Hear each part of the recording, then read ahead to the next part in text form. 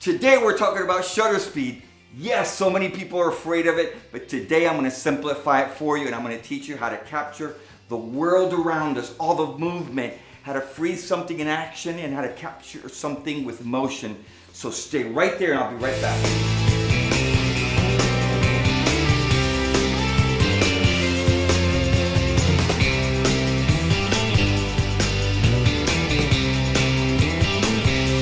Welcome back to Photography by Zeke. Last week we touched about aperture. Now aperture deals with the size of the opening, allowing light in by how big and how small you have that opening. This week we're talking about time. The triangle that we spoke about last week, the foundations of photography to create a perfect exposure. You're talking about the aperture. You're talking about the ISO, and today we're talking about the shutter speed, creating that center perfect exposure which brings everything into balance. Now the ISO deals with the sensitivity of the light sensor, as we've spoken in the first episode. The aperture talks about the size, and the shutter speed deals with the speed. In this illustration, to help you see the shutter speed, I want you to imagine that you're in a dark room. Now in this dark room, you have a door. When you open that door, you feel the light hitting you with temperature. So think of light hitting you in temperature. So if you leave that door open a long time, you're gonna feel hot. If you leave it open for just a fraction of a second, you're gonna feel a little bit of the heat, but then you can close it and then you feel the coolness of the room again.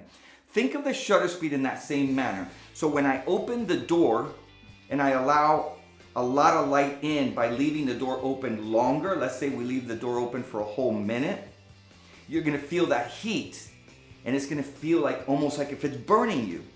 But if you close it, then you feel the temperature back to normal again. But if I was to open that door in a fraction of a second, like, then you'd only feel it for a second and you get a little bit of that light.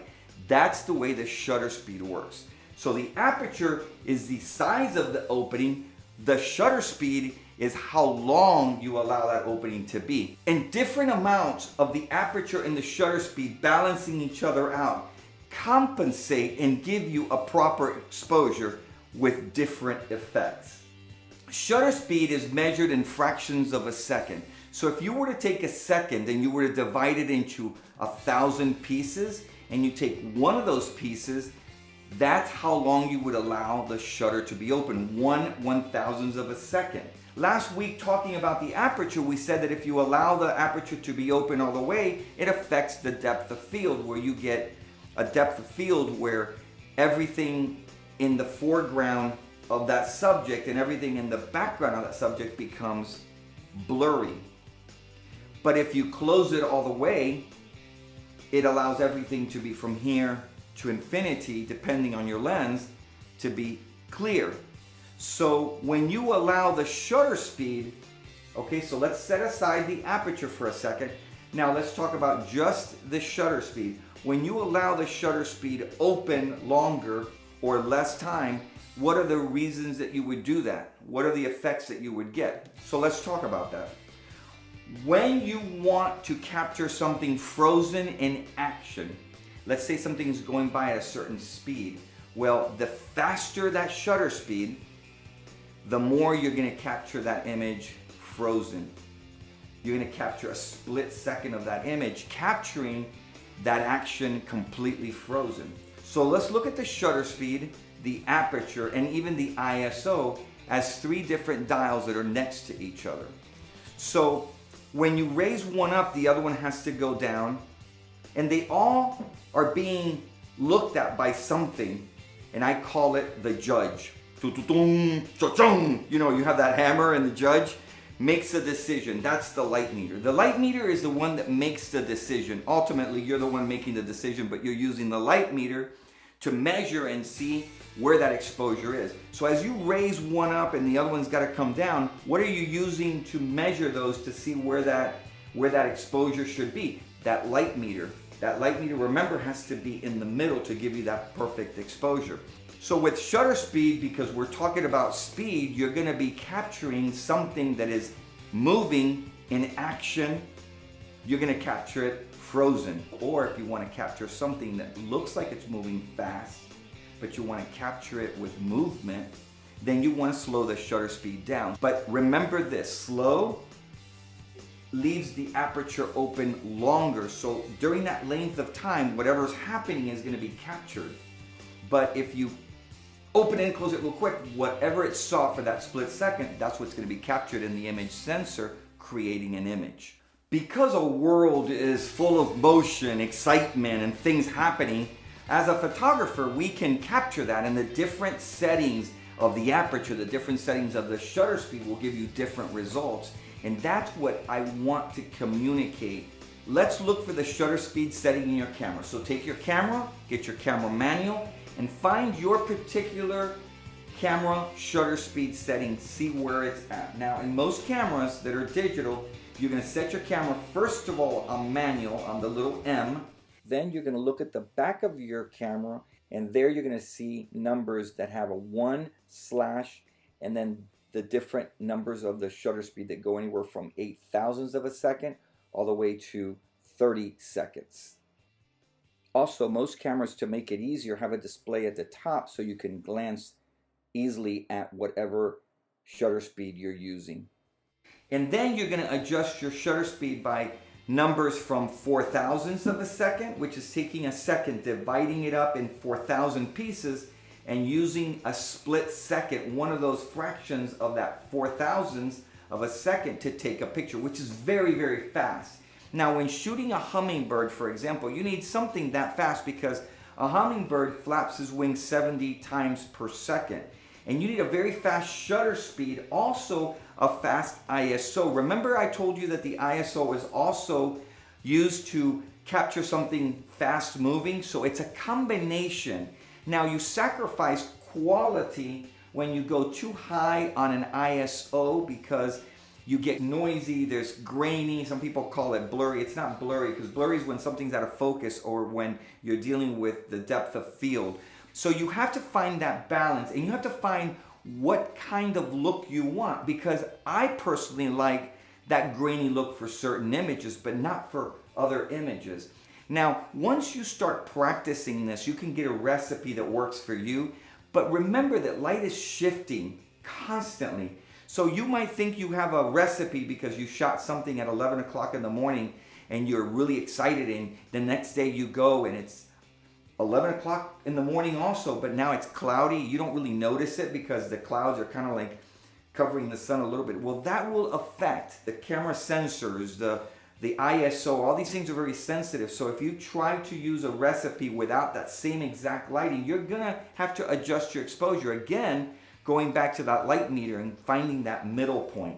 When you are taking pictures of something fast moving and you're trying to create a recipe, just keep in mind that you have to keep your eye on that meter, that light meter, to make sure that the lighting is good. That's why I taught you the ISO first, because I want you to adjust your ISO, find out what ISO you need, then you set your aperture. Do you want something in the background distorted or blurry or soft?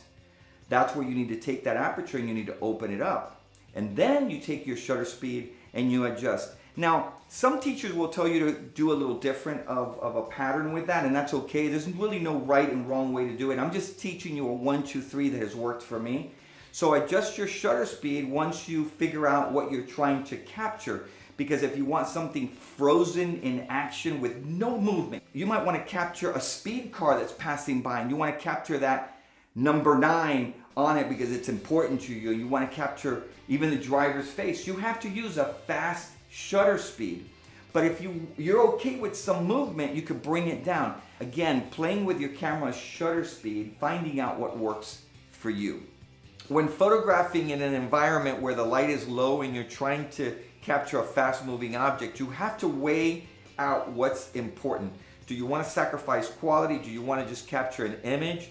So if you bring your ISO up too high to capture that frozen image with the ISO sensitivity of the light sensor, then you could sacrifice quality and get a noisy or a grainy image, and you don't want that. If you want that, then that's okay. But if you don't, then you have to open your aperture and bring the shutter speed down a little bit so that your aperture balances, again using the judge, which is the light meter, to tell you where that exposure is, and that's where you're going to get a great image. Now, as humans, because of our heartbeat, our breathing, we can only be still for a certain amount of time. So then you have to consider, do I use a tripod, which is a three-legged stand that holds your camera, stabilizes it in a way where it won't move, and you can actually set it and elevate your camera up and down and just adjust it just right. Something else we have to talk about, which is the focal length of your lens. So take your camera and look at your lens. And if your camera says you're, for example, a 24-105 or a 55 millimeter fixed lens, or you have a 35 millimeter lens, and you'll see the lens focal length right here, it's going to say it in millimeters. You've got to take that focal length of your lens. So you take the larger number, so you have a smaller number if it's a type of zoom. You have, in this case, you have a 16-35. In this case, you have a 24-105. This one's a 70-200.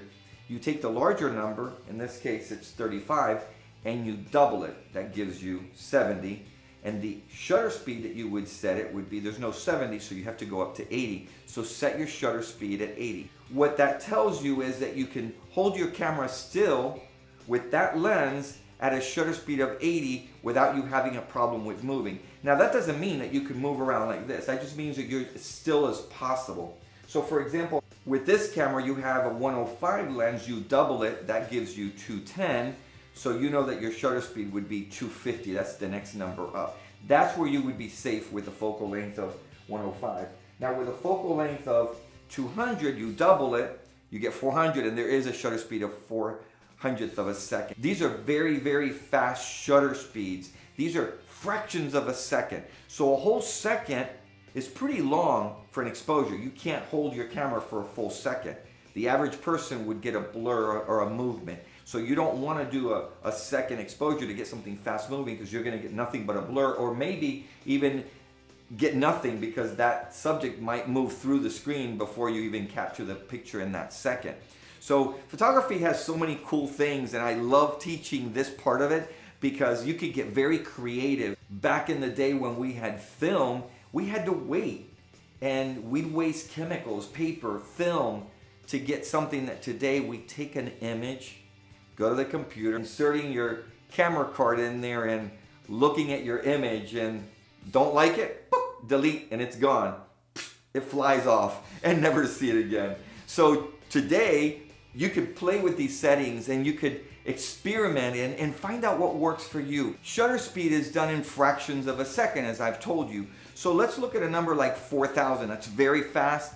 That's something you would use to capture something very fast, frozen in action. You can play with these numbers and figure out what you like to do with that 4,000th of a second, but you can go to 1,000. Anything fast, you're gonna go from anywhere from the 500 and to 4,000. You can catch it, the average subject moving, you can catch it pretty frozen. As you slow down the shutter speed, like in the 100s and going down, then you start getting movement depending on your subject. So if you're shooting, for example, a pet that's running around the yard, or a child that's running around, you have to see the kind of movement they're doing and play with the shutter speed. But usually 500th of a second would be good, with maybe an ISO of maybe 200 or 400.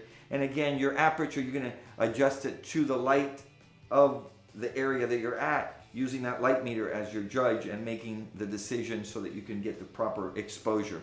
So again, a slower shutter speed for slower moving subjects. So if something is standing completely still, like you're shooting a product, or you're shooting a child that is sitting on a bench and pretty still, then you can use a shutter speed of 100, looking at your light meter, making sure that you can get away with it. Because the light meter is always going to tell you, I'm going to keep telling you this over and over again, because the light meter is what's going to tell you if your exposure is proper. And again, the light meter is always reading, especially if you have it on spot metering, is going to measure what the light is on the subject. It's not looking at the background. It's not looking at the sun that's in the water or the sun or anything else. It's just looking at the subject. So I'm teaching you how to measure the light on the subject. We are going to talk about recipes. Recipes meaning numbers that I give you that will give you something close to get a certain type of effect. and then you start adjusting it for your light situation, for your specific situation. Quantity versus quality. So when you have to increase